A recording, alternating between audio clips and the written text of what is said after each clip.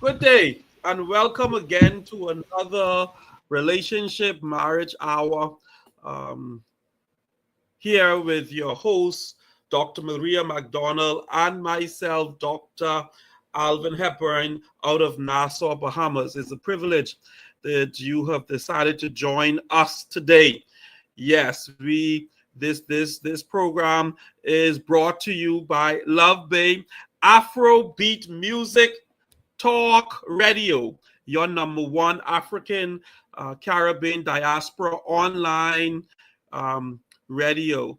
And we are so happy that you've come to join in with us today as we talk about this most pertinent topic. We want to do a part two to what we talked about last week on your loved ones being there for you during these critical times, during these holiday season. And we have a special guest today who's going to help us with grief and loss counseling as we go through these holiday times. Dr. McDonald, how are you today? I'm doing fine, Dr. Alvin. Doing great.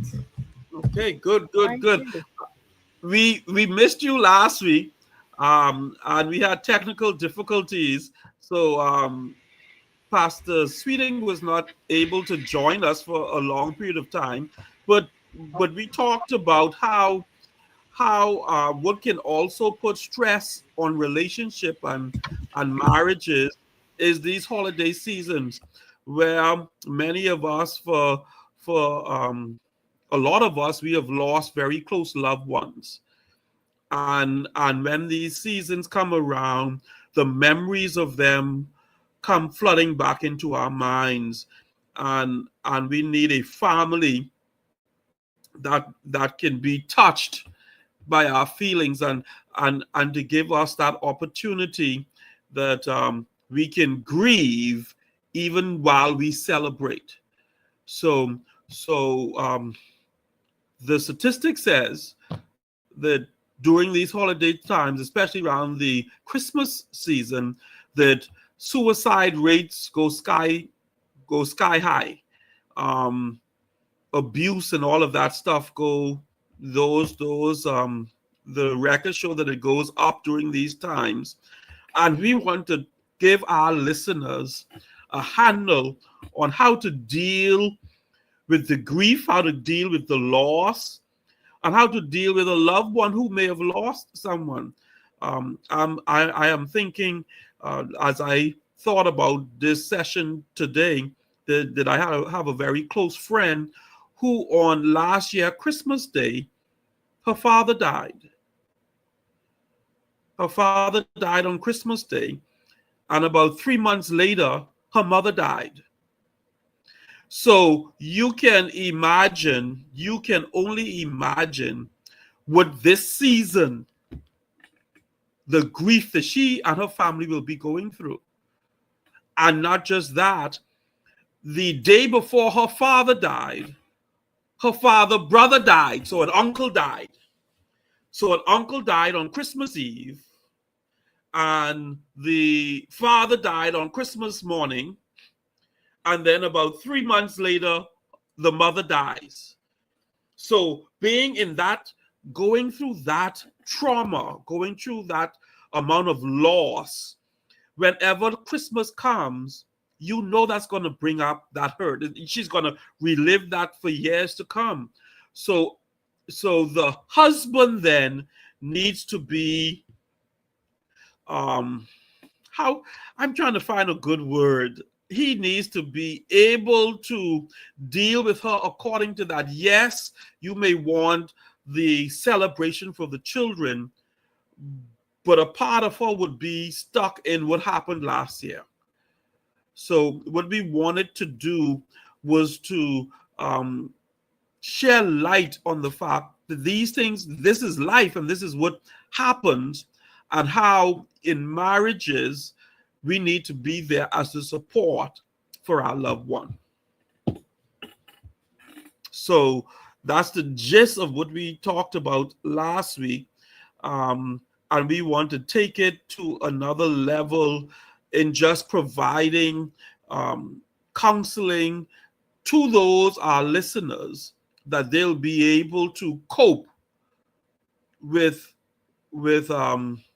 this grief, cope with this loss, and be able to go through the holiday season. For a brief moment while Pastor Sweeting was on, or she may have said this to us afterwards, she said that her mother has been dead, her transition some 30 plus years ago. And she said to us, it never gets better. It never gets better. That she deals with that every day, just about. She thinks about her mother, but she just have to pick up herself and go day by day and realize that she must continue to live, and she have her children and her grandchildren, and she has stuff that she does to keep her going on. And after listening to her, Dr. McDonald, I thought about this, and I'm like, well, maybe this is the best analogy I can give for dealing with grief. After hearing what she said, was the first time you may pick up a weight bell, it may be a 10-pounder weight bell. Your hand may say, boy, this is heavy. This is heavy, and I cannot lift this. But as you continue to lift, and as time goes by, you build up the muscle and the resistance that you can handle that load. However, the weight never decreases from 10 pounds. The 10 pounds is always there. But you just have now the muscle, the capability, and I know that I've heard people say that time will heal all wounds. But in my mother has been gone for 6 years now, and I know, Doc, that you have recently lost your mother, and there are many who are listening to us who may have just lost a loved one. And every day I'm thinking about her. But every day the weight, even though it's still the same, I am learning now how to deal with it. I am building up now, over time, I'm building up the muscle to handle it. So what I think that we need to do is to help our listeners, because you can do one or two things, Doc, or a couple of things you can do is, when you pick up that weight for the first time, you may say, this is too heavy for me to lift, and you just throw it down and never lift it. Or you may pick it up every day and say, you know what, let me try at it. And as you go from day to day trying at it, you find out that, listen, even though every day that 10 pounds is still 10 pounds, I'm building up the muscle to carry the 10 pounds. What do you think about that analogy? I like that, Doc, because guess what? It's the reality.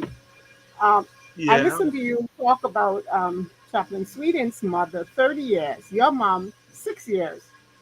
And I'm also find myself new in this.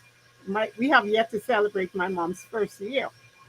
So it yeah, seems that yeah, as long as you live, that is going to be there. We cannot dismiss it because that's mom or that's dad. And because of that, yeah. we have to learn how to move forward in the midst of our hurt, in the midst of Mhm. our disappointment. We have to learn how to pick up our pieces and begin to go forward. And I think that's what it's all about. The pain is real.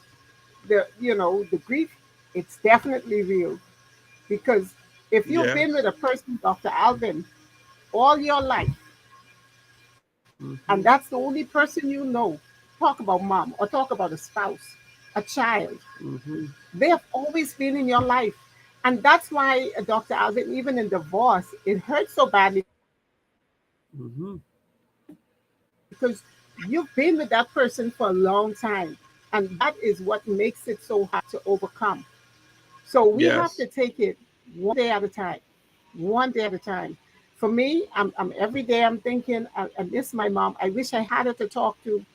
And it might be Mm-hmm. someone else's child. I wish I had my child with me for this Christmas because they love Christmas time. And because it's Christmas time, there's so many things that triggers that relationship or that person demise.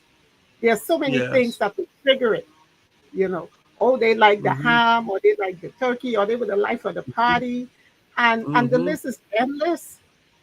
But Yes. we have Yes. to now, one of the things I love to do, and that is to look at what they did, their legacy, how they made us feel, what they did that was funny, the things that we can look back now and laugh at,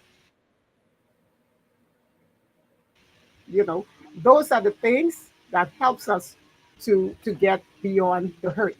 But the struggle of it is real, you know. Yes. Yeah. Yep. Yeah, Doc. And you said a word that I think is just so powerful, and I don't want our listeners to miss the word that you said. You said the phrase was you got to move forward, and I think that is so powerful, because one of the things that causes us, I believe, to wallow in our grief is that we stay there. Yes. Yes. You have We to move. we we aren't moving forward. We build a house in our problem. We build a house in our grief, and we take up residence there.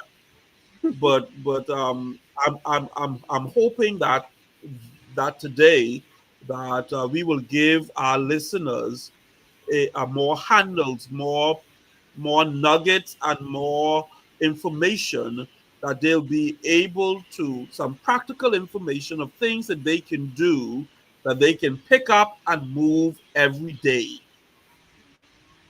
And Yes. Doc, before I turn it over to you and you introduce our guest today, I remember because you know I've been a preacher. I've been preaching for funerals now for about 15, more than 15 years. And at funerals and at the graveyard, I would say to persons, listen, this ain't your loved one. You don't gotta come back here no more. You can forget them. This is just their body just going back to the dust. You can move on.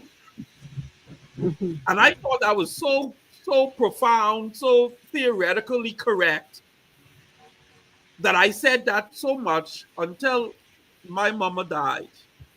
Aha. Jesus Lord. Mm-hmm. The And struggle my is real. mother is, we buried her in Grand Bahama, which is, for those of you who don't know, in the Bahamas, we are an archipelago of islands. So I'm living in Nassau. So I have to take a flight over to Grand Bahama whenever I want to go there. And we buried my mother in where I grew up in Grand Bahama. Every time, Doc, even now, 6 years later, every time I go to Grand Bahama, my brother knows when he picks me up from the airport, before I go and see the living, the first place he must take me is to where we buried my mother. Only he And who knows, feels it knows it. thank you very much. And that is what I'm saying. And when I hear people say, "Oh, don't worry about it. It can be all right. She going to a better place." Those were things that I used to say, Doc. But when now those things were said to me, I said, "Could y'all just shut up?" I'm saying in my mind, what you, why you ever going to mention those things to me? That's right.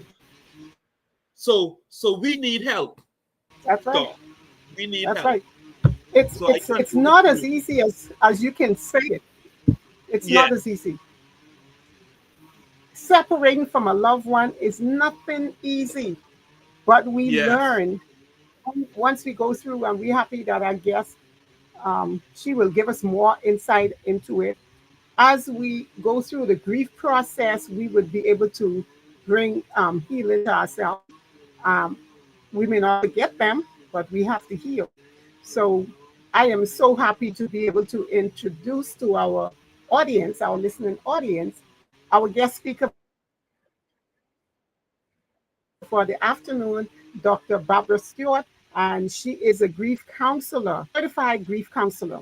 So we're happy that she has taken some time out of her busy schedule to share with us the things that we go through, especially this time of year, the grief that causes us to not be able to move past that grief process to enjoy the festive season. So, Dr. Stewart, we open the floor to you and we want you to help us, help our persons Welcome, that are Doc. listening to us, Thank that you they, very much. Thank you very much, Dr. they will Alvin not. and Dr. Mary.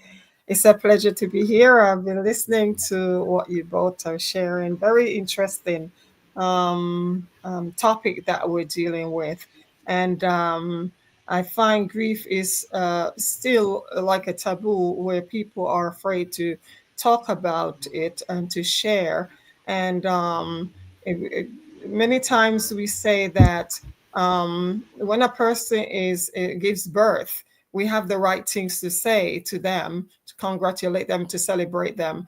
When a person marry, is the same thing. However, when a person dies or lose anything significant or lose a loved one, we find it difficult to find the right things to say.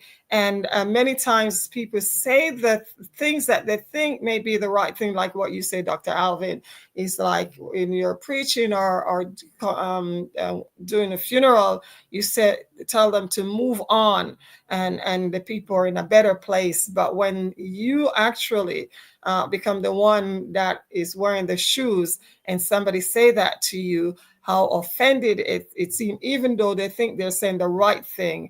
And that's what we say. People means well, and they try to do the right thing or say the right thing to comfort the grieving person, but oftentimes it comes off the wrong way. And grief is very unique to individual. I always say, as unique as our fingerprints are to us, is as unique as grief is to an individual. There's no time frame in how one grieves, because as long as that person, you've lost that loved one, grief will always be there. Grief is not something that you get over. Grief is not something that you move past. You integrate it into your life. It's a new life that you take on.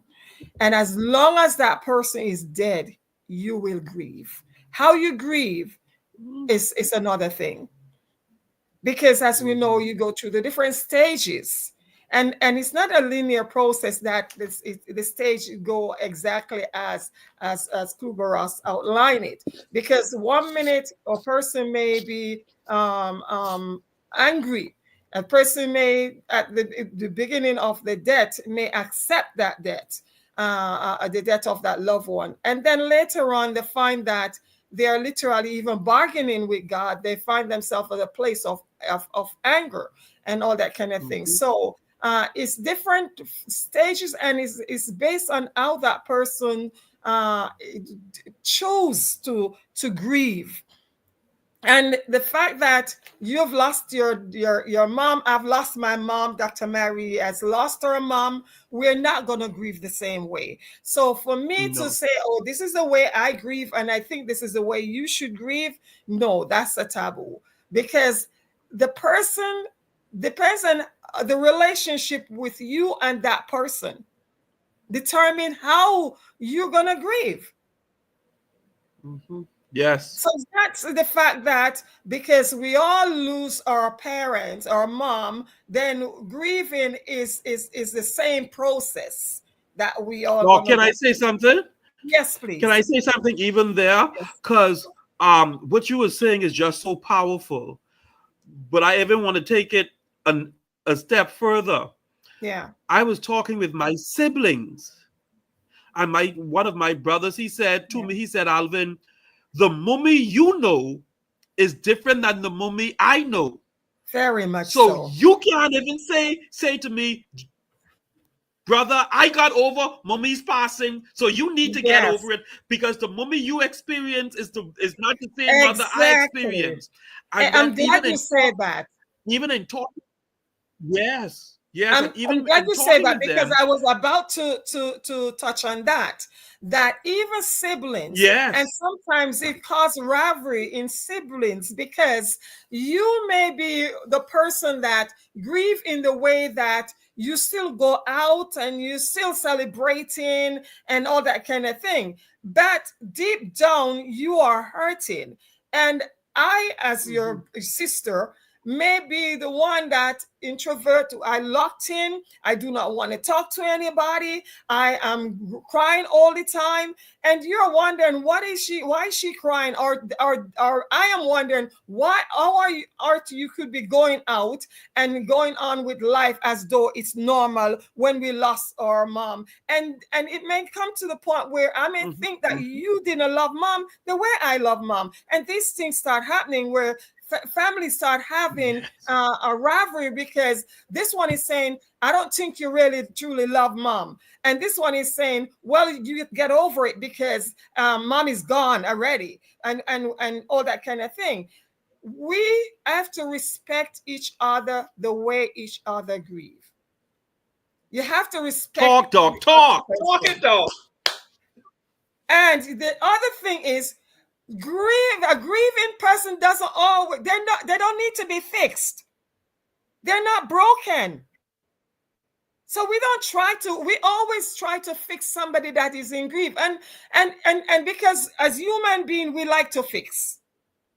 So we always think we have to fix the person because the person is hurting. So we want to help them to get over it. We need to allow people to grieve with dignity. Grieving is giving a person dignity to also go through that journey of expressing their true feeling towards their loved one.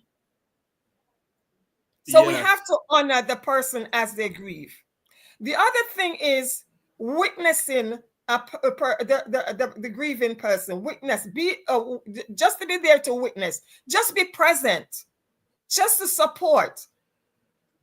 Sometimes they don't need you to say anything. We don't always have to have something to say. Just to be sitting there, just to be present is enough. To be a good listener as a support for a person who is grieving. Because sometimes all they want is somebody to listen, to pour out into somebody. Be that person that is there to listen, to receive what they're pouring out. In this holiday season, as family, we may say, okay, mom is gone, or dad is gone, or whoever we have lost is gone. So, I mean, you shouldn't be alone. So let's get together and celebrate. When it's not only through death that we grieve. We grieve loss of job, we grieve loss of finance, we grieve loss of health, we grieve loss of just transition from one country to the other. When I migrated to Canada, for the first 5 years, we didn't have celebrate Christmas because my mom wasn't with us. It's the first time my sister. We have siblings who went to England.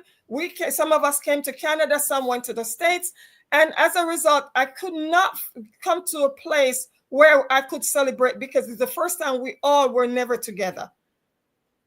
For 5 years, we didn't celebrate Christmas until one day I was like, well, we need to come together and realize that the fact that we're not together doesn't mean that life ends.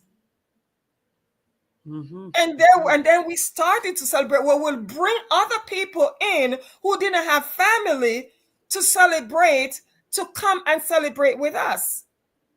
Yes. And sometimes too, as you say, even during the holiday season, how does one get through? And you're sharing about a friend who lost 3 family members within a few months, and that is what we call complicated grief. Like, because even in a situation like that, that person doesn't even know how to grieve. That person it's hard for that person to even know where to begin grieving. Because who do you grieve first? Wow. I never thought about like that, Doc. Who do you grieve first? Who do you choose to grieve at this point? Wow. Where do you find the place to grieve? So that become a whole complicated situation where trauma, where you become traumatized. And if you're not careful, you get stuck in that place where you never allow yourself to grieve so you can be healed. You can never be healed until you fully grieve. So, Doc, The pain you feel in grieving is what helps to take you to the journey, through the journey of healing. So pain in grief is good. And grieving is essential. So, Dr. Stewart, yes, a person that is going through a divorce, the grief Yes. of divorce, maybe one party didn't agree for it, Yeah. one party decided it wanted out. What level of grief can you say that is compared to someone who dies? We can't compare it. You'd never cannot be compare. We Okay. do not compare losses or grief, because Okay. what that person is going through is unique to that person. Because a person may say, okay, my child, God forbid, died suddenly in an accident. My grief is more painful than your grief, who you're just going through a divorce. But grief is grief, loss is loss. That's good. A person maybe just, for example, say just lose their job, and another person lose their loved one, and we say, oh, it's a job, you will find another job. It's grief. That grief is unique to that person because it's that attachment to that person, what that person is experiencing, the loss that that person is experiencing. So we don't compare grief or the lost. That's good. We don't go and say mine is more painful than yours, or yours is more painful than mine. No. That's good. We're experiencing grief, we're experiencing loss. And a person can be divorcing and somehow at a place where they say it's the best thing for me. Another person divorcing and it's the worst thing that ever happened in my life. True. It depends on what that relationship was and how did they value that relationship. Again, a lot of times the children are even the ones that are more affected than even the adults. Yes. So, Doc, what I look at then, if one is grieving over a job or a husband, the pain is the same. What I'm getting from you, the pain that they experience in comparison with a death is the same. That However, person's grief, what makes sorry, go ahead. Yeah, what makes it easier is the fact that regroup and start over again with a fresh job or a different spouse. That's how people look at it, to say, mind you, the pain is the same because it's grief. But is it that it's sorry, Dr. Mary, the pain is not the same. We can't say the pain is the same. No, when I say we can just say grief is grief. We don't know the extent of the pain. for that individual. Exactly.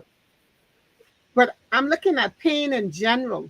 Pain in general. We don't know the level, we don't know the magnitude. But Yes. grief for that person is pain. So I'm looking at the fact that it's pain. It's pain. But now, Yes. right. So, but the thing that will help them compared to a person that dies is the fact that we can start again. How does that relate to the person? Okay, I'm gonna say something that may come over. Well, spirit doesn't die. Spirit never dies. We're spiritual beings. As spiritual beings, we never die. The physically that person is not here with you. Spiritually, Exactly. that person lives with you forever. Mm-hmm. That lives within your heart in love. That lives with you in memory. As a spirit, they'll always be part of you. Physically, they're not here. So now you can always choose to carry that. What, like I say, you integrate that loss, that death into your life, because it's a new life now. Physically, Mm-hmm. that person is not in your life. They will never be in your life physically. So then the life that you're living now is a new life, it's a different life. Because you'll never get that person to be in your life physically. Right. But spiritually, in memory, in love, that person is always going to be there. And that Yeah. is what keeps you going. Is Okay. the love that you share, the memory. And that's why sometimes when a person dies and there were the say a child who adult, even adults who lost a parent, and they were never on good terms with that parent, and they felt guilty as long as they would always have carrying that guilt that my mom and I were never on terms, or my dad and I were never on terms, and all that kind of thing. And something that you would encourage them to do is write a love letter. Write something, express, pour it out into a letter, or go to the grave and say how you feel. That's right. I like that. Just say what's on your heart, and you'll see how much it makes you feel different. Yes, yes. Because remember, the spirit is still always there. Mm-hmm. Spirit does not die, cannot die. So your community is spirit communicating with spirit. And you're right about the letter and the death, because that is one of the things we encourage persons. Someone died, and you didn't have a chance to say, I'm sorry. You've been angry at each other. So one of the things is we encourage them, you can go to the grave, sit down and say, look, I'm sorry. At least you're pouring your heart out. Because what we realize is persons that are still holding them, you cannot penetrate, you cannot help them. You cannot. And some pastors may say, oh no, that's negromancy or whatever. The Bible talk about Abraham, Isaac, and Jacob, the forefathers. Then we could say that negromancy too. Mm-hmm. That we're talking to them. We could call it negromancy too. The Bible talk about that. Mm-hmm. Yeah. So it's going to is allowing your spirit to relate, because what's coming from you is coming from your spirit, to relate to that person, to say, it's just like how you'll sit down and you say mom passed away, and you sit down and you're thinking about something, and you wish if mom was here, I would be sharing this with her. You see what I'm Yes.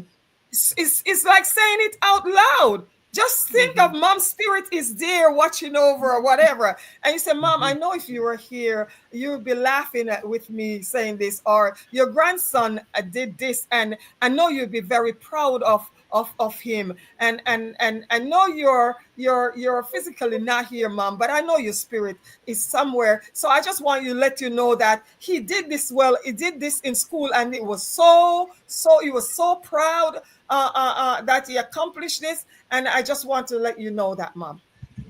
You just say that and you feel different.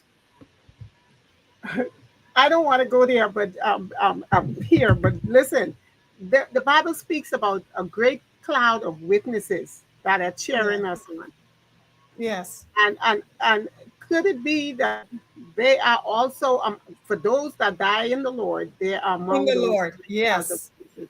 But Doc, because we are in this Christmas season, what can you say to persons that just feel like not even celebrating, don't want to see anybody, don't want to be involved because their loved one is not here? How can you help those persons? So for a person who, well, you got to respect their feelings, and at the same time, sometimes it's best to encourage them to not be alone. But if it's gonna be something that is going to find out from that individual. For example, to say, okay, during the Christmas, we know we always get together as family and sing. It may be maybe one of your sibling lost a spouse, okay, and don't want to come over without that spouse. So, but you can say, okay, would you love to spend Christmas with us? I know I understand that you may not want to be with everybody at this point, but tell us how you'd like to spend Christmas with us, or how you'd like to spend Christmas, so we can respect your feelings than imposing on you. You shouldn't be alone. You should come together with us. It's the best thing. Your husband, that's what your husband would want, and that kind of thing. You tell us how we can help you to go through this holiday. Maybe say doing stuff at home, wrapping gifts or whatever. Would you like me to come over, especially if they have children? Would you like me to come over to help you wrap the gifts? Because I know you normally you do it with your husband. Or would you like me to come over? So if you want to go shopping, do you want me to go with you? Be that support. Yeah. If they're able to say, I don't think I'm in a good mood, and I don't want to spoil your party or whatever. You say, well, if you don't think you can stay for the whole party and you feel like leaving when you come, it's okay. You can always leave. Or if you don't want to come for the full thing and you want to come for maybe the end of it, that's okay too.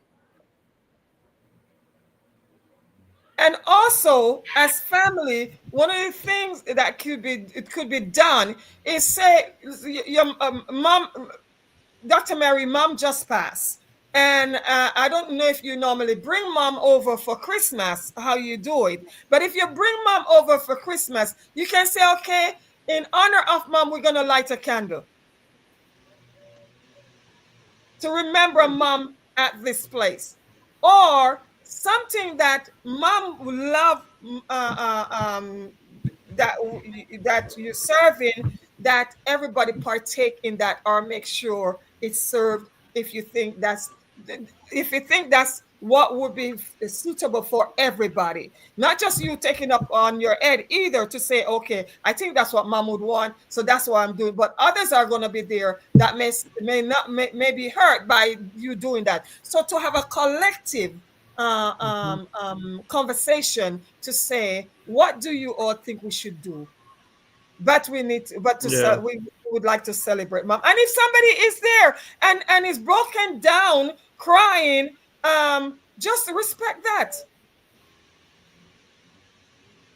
Yeah. And also, if somebody is there that is just feel like laughing, respect that.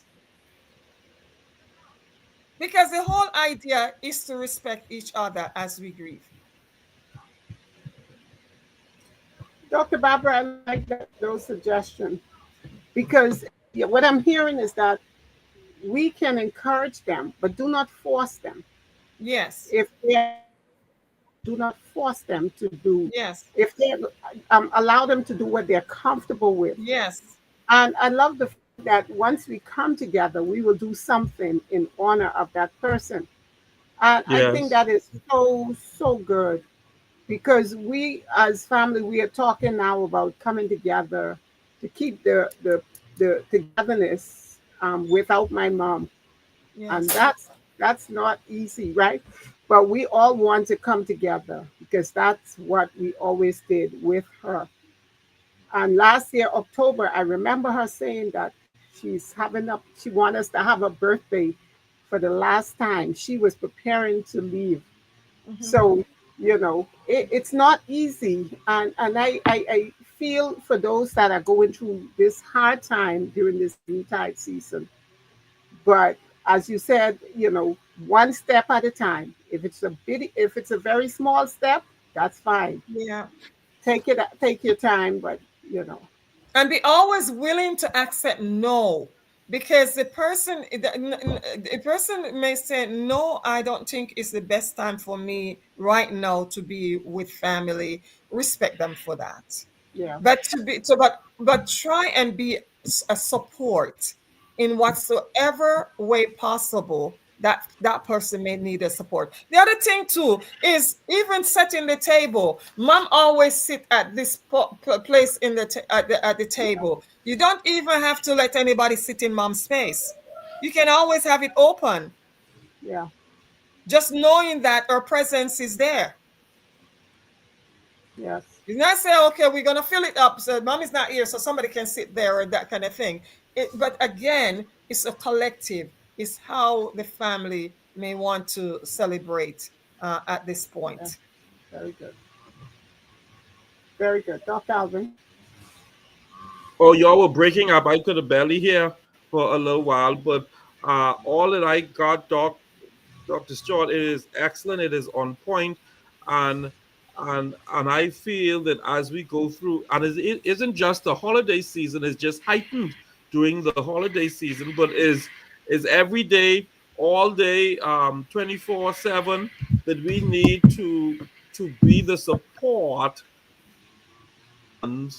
that that that they would need during those Yeah, difficult moments. Yes. And and when I look at my situation, I'm not I don't feel like I'm grieving 24/7, but there are certain days, at my birthday, at my mother's birthday, um when when we would get together as family during vacation times and all of that stuff, that those memories come flooding back to me. Um, and this is why I thought it fitting that we have these conversations, because who's there for me most of the times in my everyday life than my wife Tanya? So Yes. Tanya needs to understand. Okay, well, Alvin is having a moment, and say to the children, "Daddy's having a moment. Daddy's okay." Um, but let him have his moment. We'll be here to support him, and we'll be here when he's done. And that reminds me of when I was younger, when I would go sometimes in my mother's room, and I'll just see her sitting on the bed crying, and I'll be like, "Mommy, what happened? Who do you wrong? What's going on?" Uh, and she'll be like, "Everything is okay. Mommy's gonna be all right. Mommy's just having a moment." And I did not understand what that was, because I was ready to find out who hurt my mother and who I need to go deal with, not knowing that my mother may have been grieving for her mother Yes. or her Exactly. siblings. Exactly. Exactly. And the interesting thing is, it's good for parents to be vulnerable. Let the kids, especially Yes. when you have young kids, let them understand that daddy can cry too, mommy can cry. Yeah. But a lot of times when we especially if it's spousal loss, we tend to um, want to protect the kids, and we try to be hard on ourselves by not grieving, and try to make it seem that all is well. Mhm. And then the kids are trying to make sure they're fixing you because they don't want you to be crying. So they themselves don't even want to cry that you see them cry, Mhm. as much as they may be young kids. That's right. But we need to be Hmm. vulnerable and understand that in our vulnerability, our kids will see that it's okay. Mhm. It's okay. Yeah. And like you say, for your wife to understand that you're having that down moment where you just have that feel that empty void inside, that you can't even explain why you're crying, but all of a Hmm. sudden it's like something just came over you to let you realize that mom is not here. My dad Yes. passed Yeah. almost 20 years ago, and there are times when I still um, feel that emptiness inside, that I feel like Hmm. a pain. When we lose our parents, nobody and nothing can replace that. Not at all. Yes. Nobody, Yeah. no matter how nice your mother-in-law may be, your Mhm. auntie or your uncle may be, nobody and nothing can replace that. The void Hmm. is always going to be there. And there are times when you will feel that emptiness and you just break down crying. And then Hmm. you just get up and then laugh and gone again. Remember some crazy things that they say to you, the things they used to Hmm. do when you were a child, and you laugh about it and all that kind of Hmm. thing. And you Yes. move on with life. But the other thing I. is Yeah. finding meaning in your loss. Yes. Yes. What did mom like to do? How did mom love to serve? How Yes. can I do something in honor of her? Yes. Finding meaning. Go Hmm. to maybe like for in the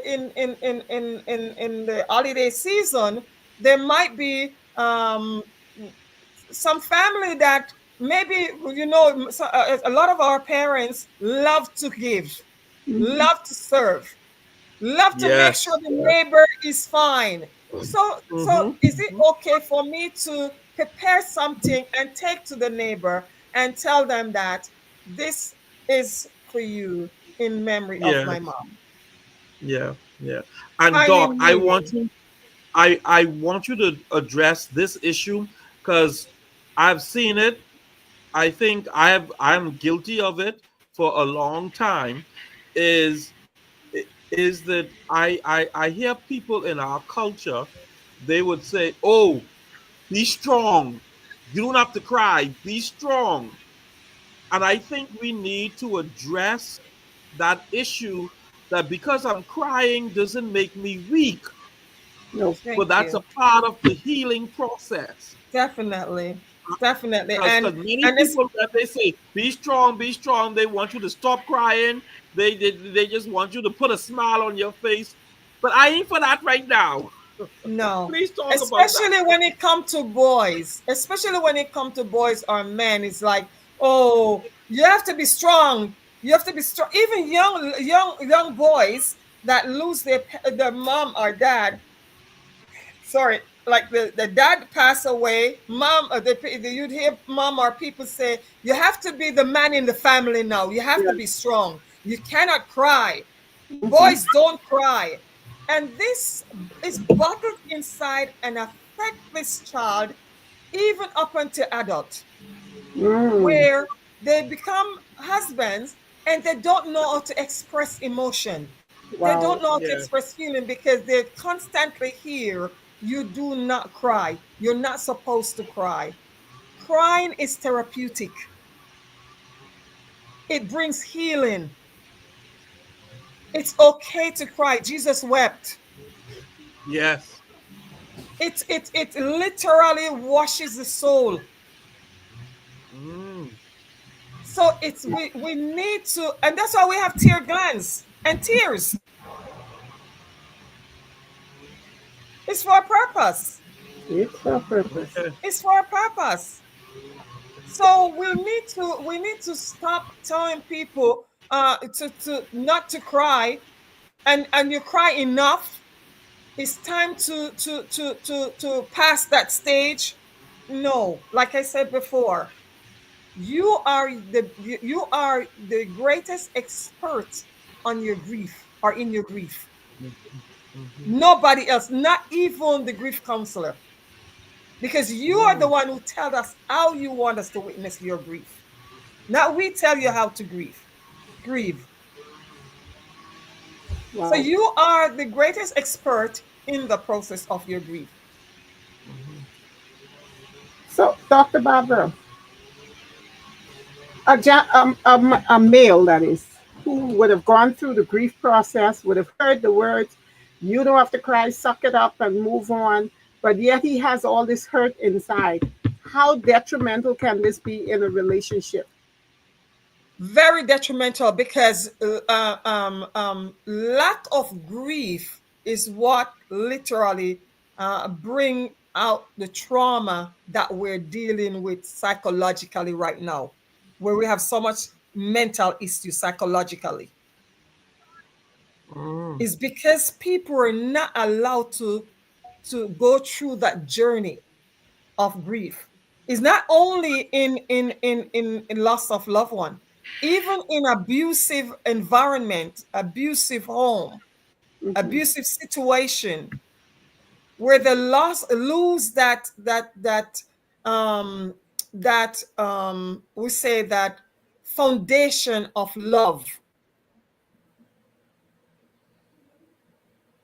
and was never able to cultivate that we see so many marriages that we see failing because of this. It's not because they intend to have a bad marriage, but because sometimes they don't know how to give love or to receive love. You can only give what you have. Mhm.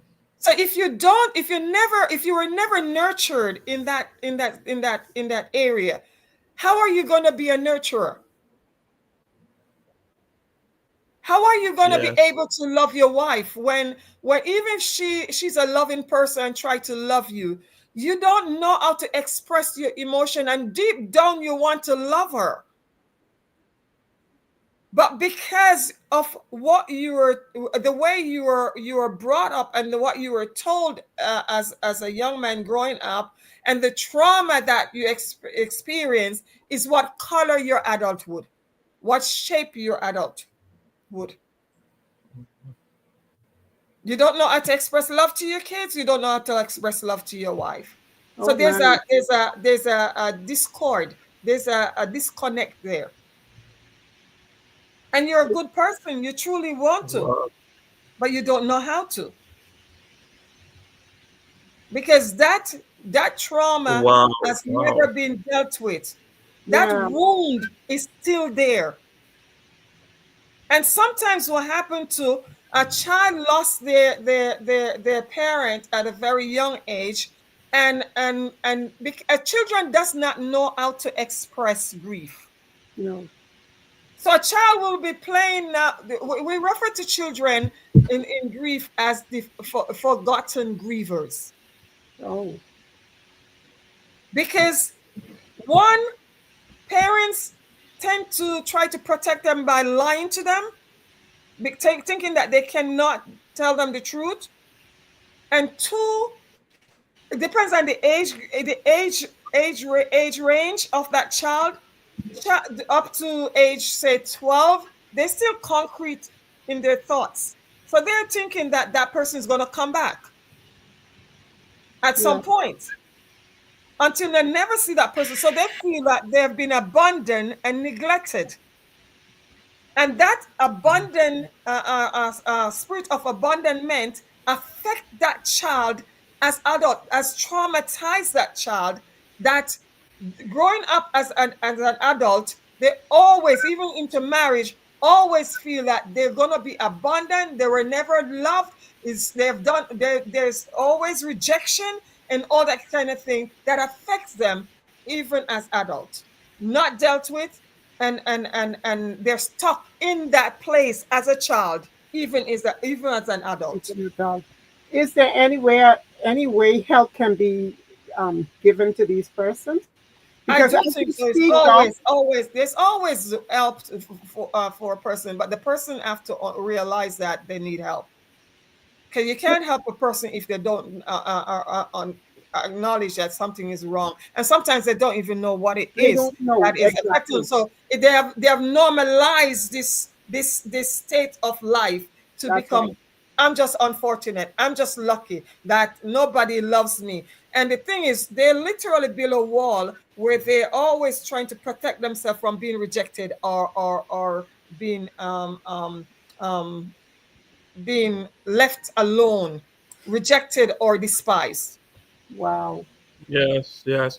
Well, this program that we are in today is brought to you by Love Bay Afrobeat Music Talk Radio, your number one African Caribbean diaspora online radio out of Canada. And we are excited today that we have with us Dr.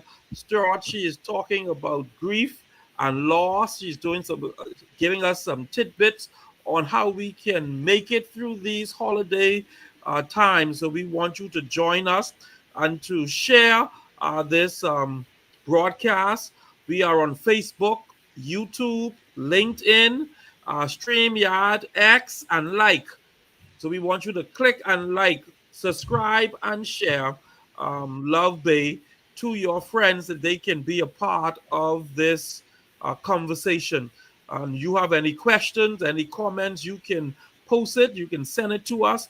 And if we can address it today on one of the programs coming ahead, we will address it.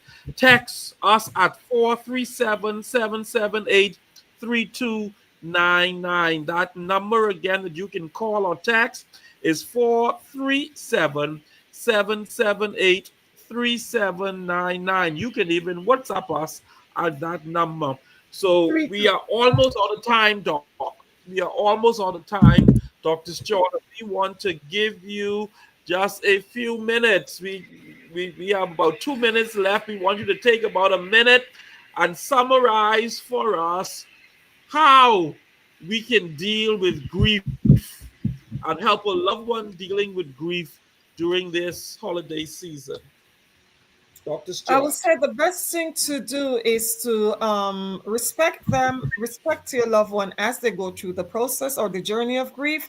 Always remember that grief is unique to the individual and we grieve differently. So the way a person may be grieving may not be the way you may be grieving, but to just respect them and love them and support them and meet them where they are, and always be open to not impose on them, but to be open for the no that you may get and to see where you can help them the best way possible can.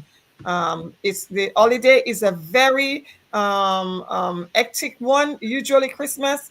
So it's a time when it's not only when you're grieving that you feel overwhelmed, but even in general. So let's be mindful of that we share and love and embrace each other in love. Thank you. And thank you very much for having me. Please give my regards Well, to Madam Janice from Love. yes. Thank you. Amen. Yes, yes. well, Doc, listen, you are doing such an excellent job. They have extended our time by 10 minutes.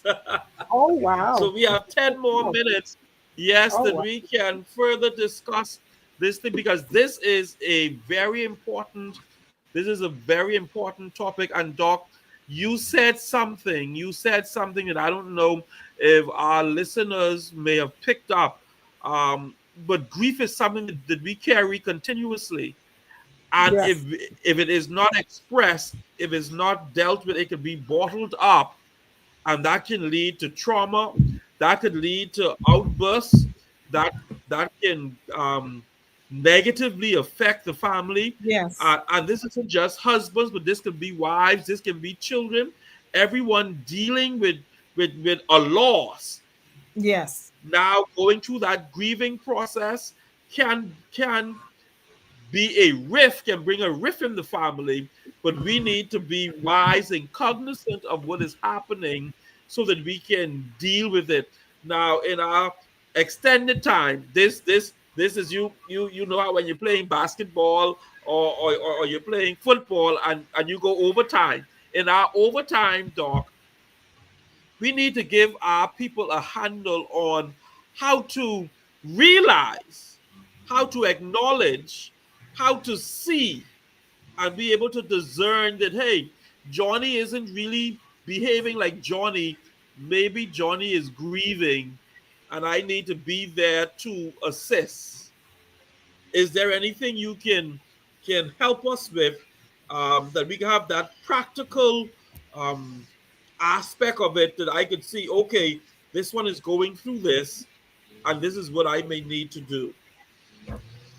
So for children, we have to be really observant, because a child can be crying at this moment, and in the split second, that child is outside playing. Yes. So you may think that because that is happening, then that child is not grieving. But to understand that, and also that child could be refusing to eat,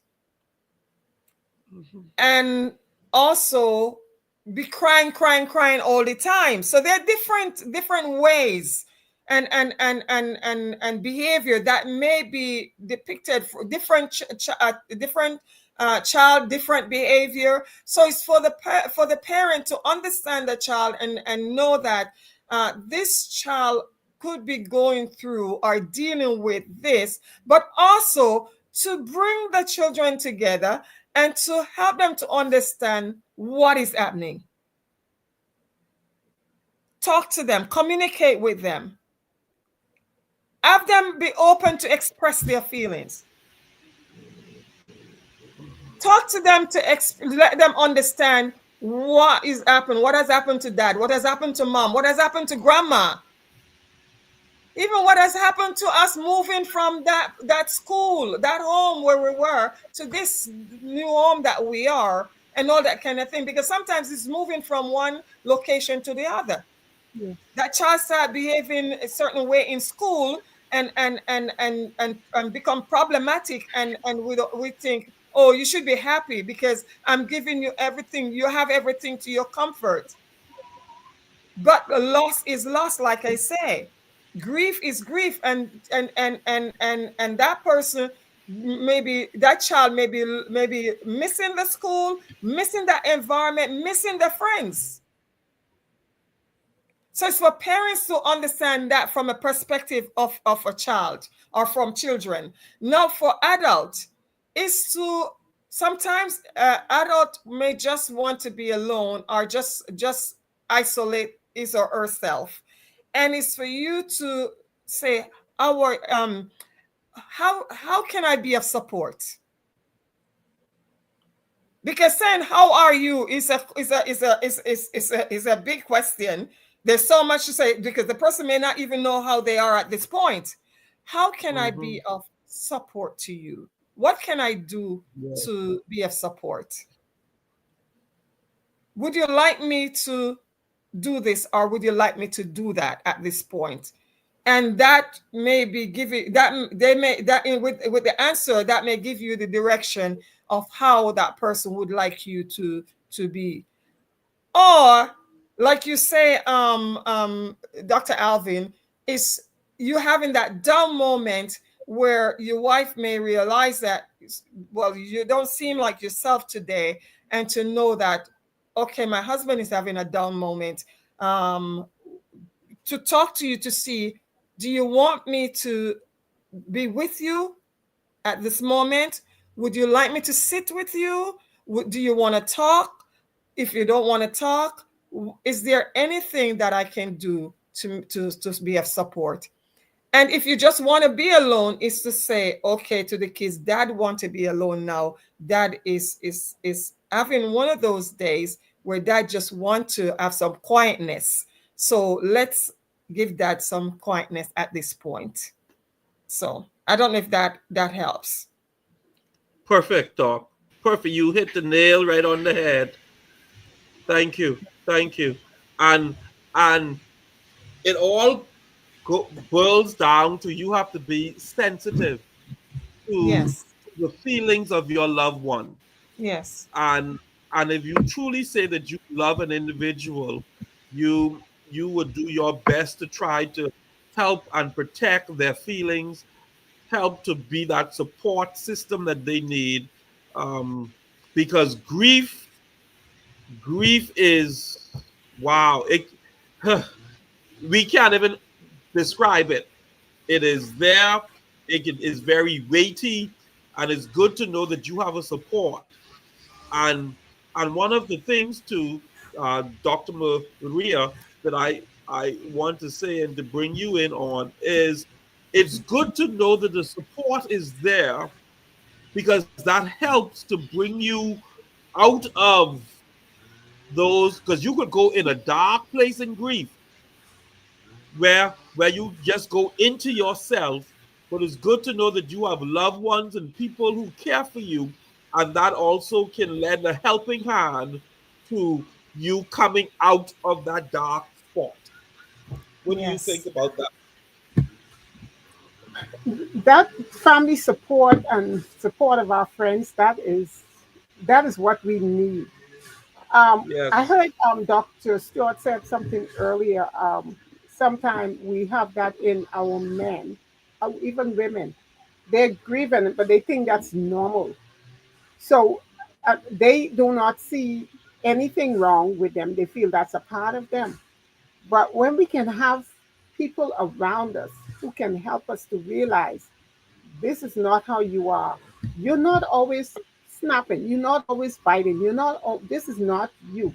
Something is wrong, and then we can begin to probe into the person to find out where did this come from.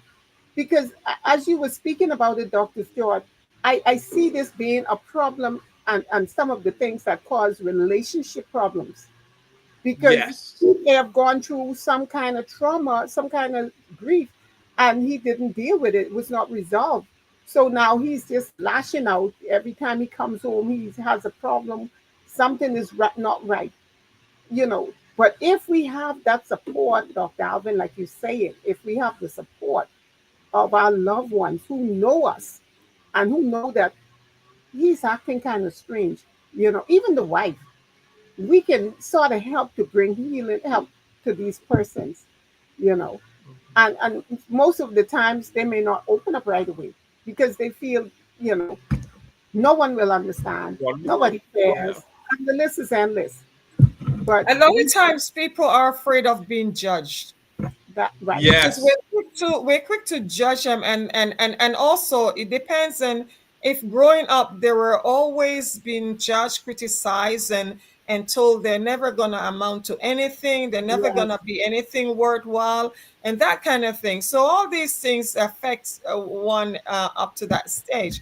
And in as you talk about the marriage, is a woman that has been raped and even as a child, molested as a child, let me say that, and still scarred by that trauma, that getting a good husband that love and respect her does not want to judge her. I would not judge her, knowing what her past is, still never be open to that man, and she's so wounded that she cannot be open to receive the love he has to give her. wow, that's And serious. that down the road affect their relationship because he cannot understand why his wife cannot be the wife he wants her to be Wow, or she should be. So those wow. are things that and these are also trauma, these are also grief that has affected the childhood that shaped the adulthood. Hmm. It's so sad, Yes. Yes. but true. Wow. Yeah. Yes. 10 minutes is just about gone. So this is the grief and loss counseling during these holiday season. That's our topic for the day. And I can Wow. hear we can go for hours and hours and hours. And like one preacher used to say, Dr. Maria, I'm not out of message. I'm just All the out of time. time. All the time. That's it. So we want to thank our listening audience for tuning in to us today with Dr. Maria McDonald and myself, Dr. Alvin Hepburn out of Nassau, Bahamas, and we're dealing with the grief and loss counseling and counselor, Dr. Stewart, Barbara Stewart, came with us to give us um, some tidbits. She's a grief and loss coach and counselor, and she is our special guest for today.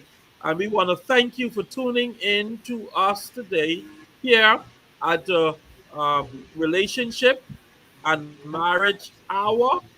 And the program is Love Bay Afro Music Talk Radio, your number one African Caribbean diaspora online radio. And I always want to say show. Uh, here out of Canada. And thank you for joining us. And we'll see you next week. God spares our life. Same place, same time. Have a great one. And love your family as we go through this time. Be there as a support. Blessings and Thank you peace. very much for having me. Thank you, Dr. Mary, Yes, for it's good inviting having me. you. It was a Yes, pleasure.